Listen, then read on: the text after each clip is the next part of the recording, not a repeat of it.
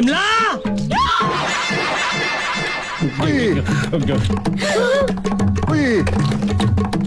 देखा, प्लेट लेकर ऐसे घूम गए जैसे कि मैं कोई कुत्ता हूँ, उनकी प्लेट पे मुंह मारूंगा।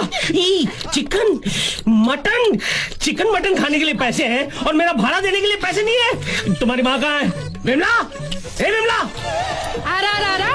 ए खाखरा भाई, तुम फिर आ गया? खाखरा? मेरा नाम खाखरा भाई नहीं है, मेरा नाम कक्कड़ भाई है। अभी तुम्हारा नाम कक्कड़ो, बक्कड़ो के टक्कड़ो, मुझे कोई फर्क नहीं पड़ते। और देखो, तुमको भाड़े के बारे में बात करने का है ना तो करने का। मेरे बच्चों के खाने पे क्यों नजर मारते हो? अरे नजर नहीं मारो तो और क्या करूं? बच्चों को अच्छा खाना खिलाना जानती हो, हर साल एक नया बच्चा पैदा करना जानती हो, लेकिन मेरा भाड़ा देना नहीं जानती। अबे मोटे, मैं एक साल में एक बच्चा पैदा करूं कि चार बच्चे पैदा करूं? तू बोलने वाला कौन है? मैं तेरा घर वाला। हरामखोर! मारा मारी की बात नहीं करनी, मारा